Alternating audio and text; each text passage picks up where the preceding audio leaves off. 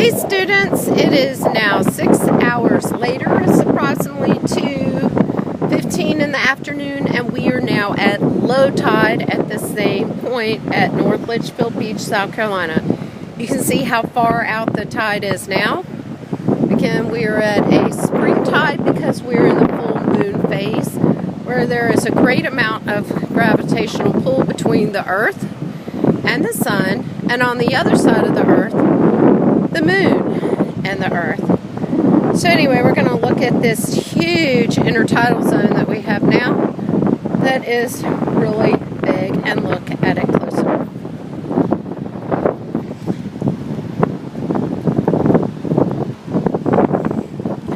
So as you can see now, earlier today, the tide had been approximately where I'm standing now.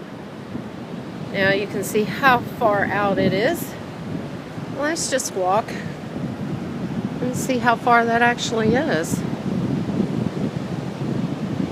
Sorry for me making it jump up and down. I am not very steady.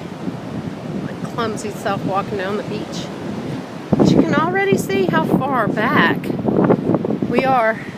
We're not even halfway through the intertidal zone on this spring tide. You can see as we're getting closer to shore that the sand is getting wetter. It's been just wet more recently.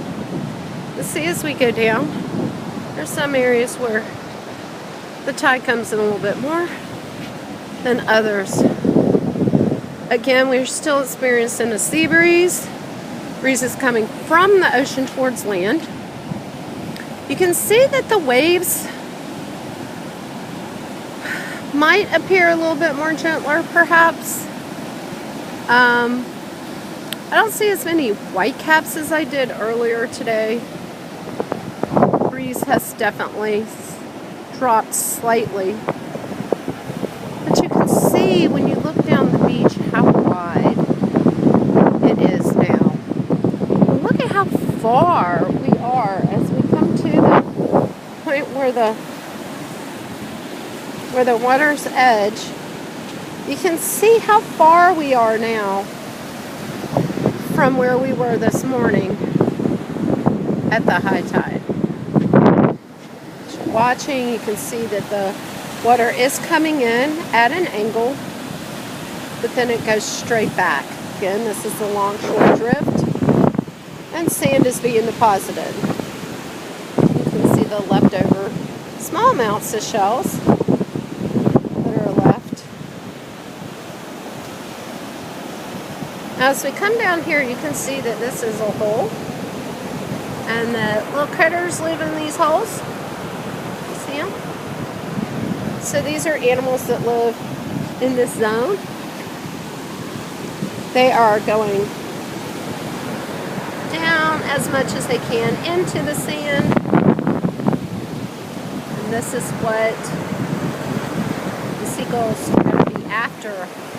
Look at the bubbles. Ooh, gonna get wet. The water's a little bit chilly. Too chilly for my feet.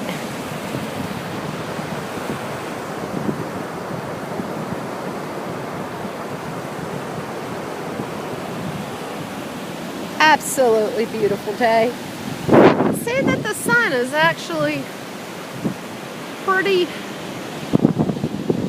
getting close to being far down. Look at the dogs. People running.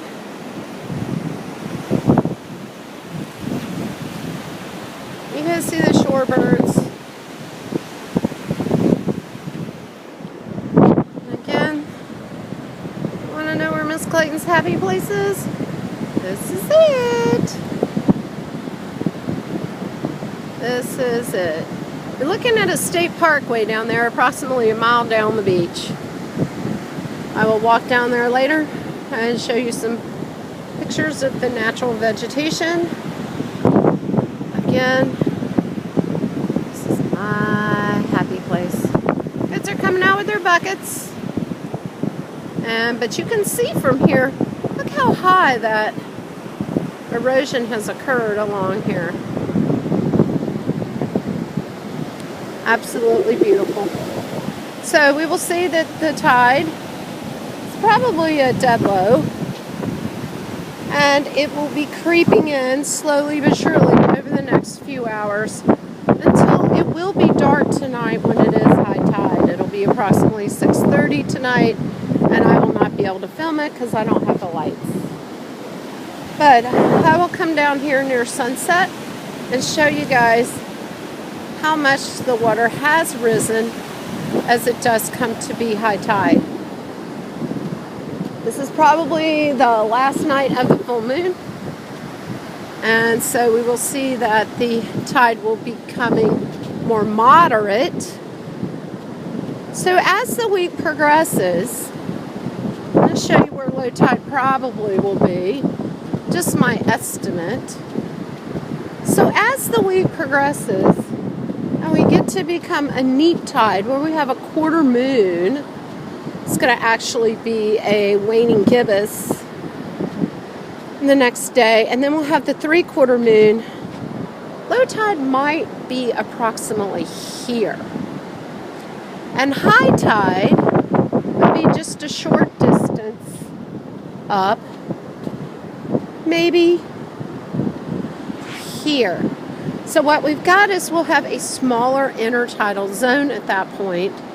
And then as I will draw, as you guys will have my drawing, or I attempt to show you where the tide would be with each day, it's going to change daily until once again